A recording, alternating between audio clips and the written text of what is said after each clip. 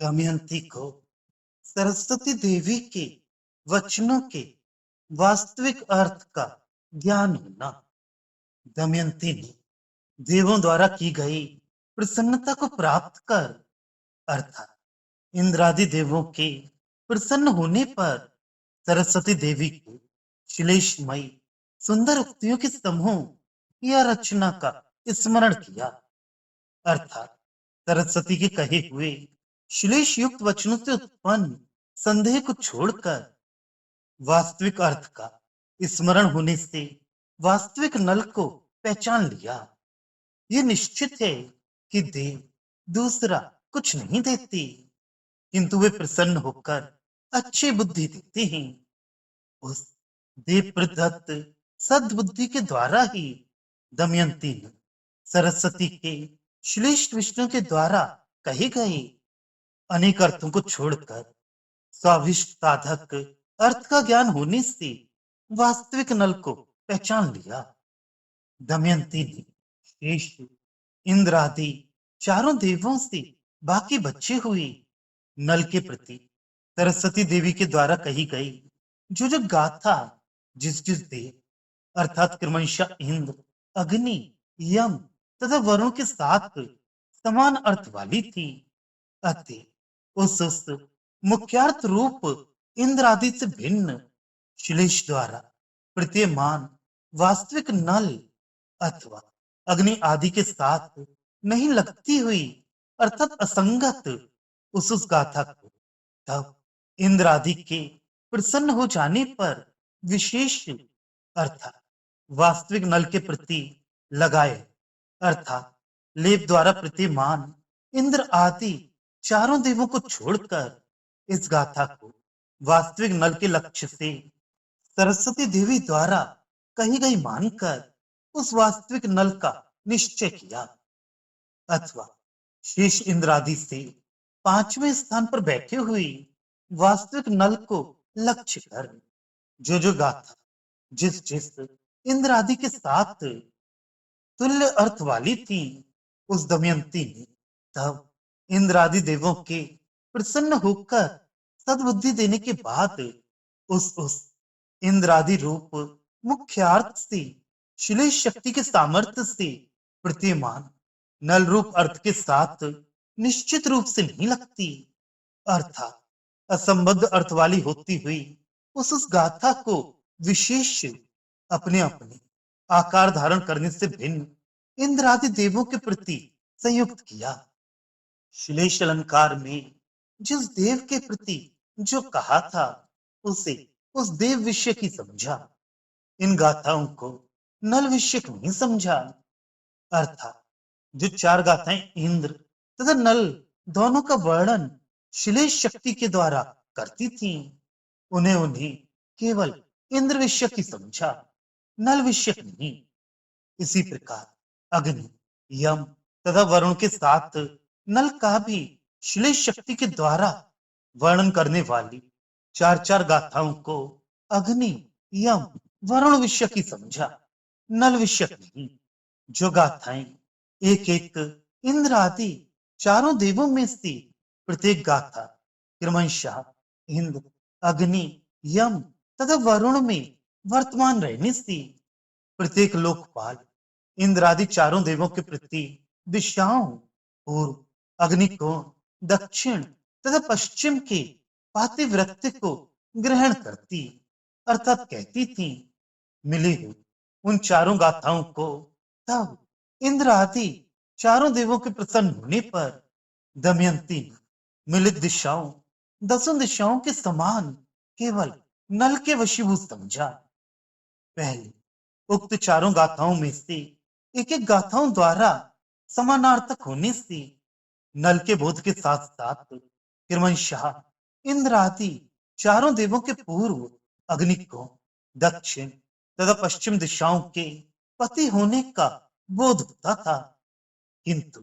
इंद्र आदि के प्रसन्न हो जाने पर उन चारों गाथाओं को दमयंती ने चक्रवर्ती नल को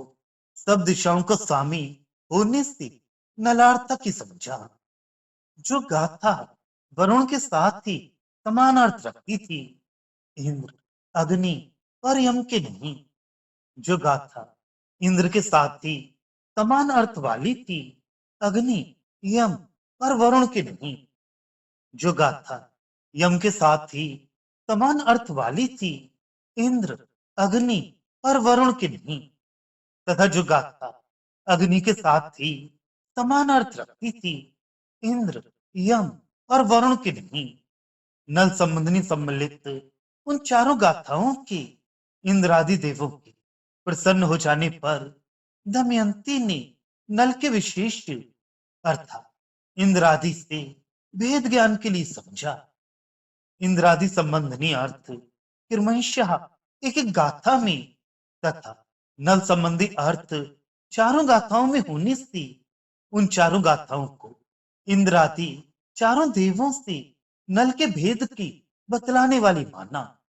अथवा उन चारों गाथाओं से नल का निश्चय हो जाने पर नांत्रिक न्याय से उसी से अन्य देवों का भी निश्चय ज्ञान किया, अथवा सम्मिलित चार गाथाओं को नल भिन्न इंद्रादि के भेद के लिए माना, अथवा जो गाथा वरुण के साथ भी, इंद्र के साथ भी, यम के साथ भी और अग्नि के साथ भी समान अर्थ वाली मिलित पांच अर्थों वाली उस गाथा का इंद्रादि देवों के प्रसन्न हो जाने पर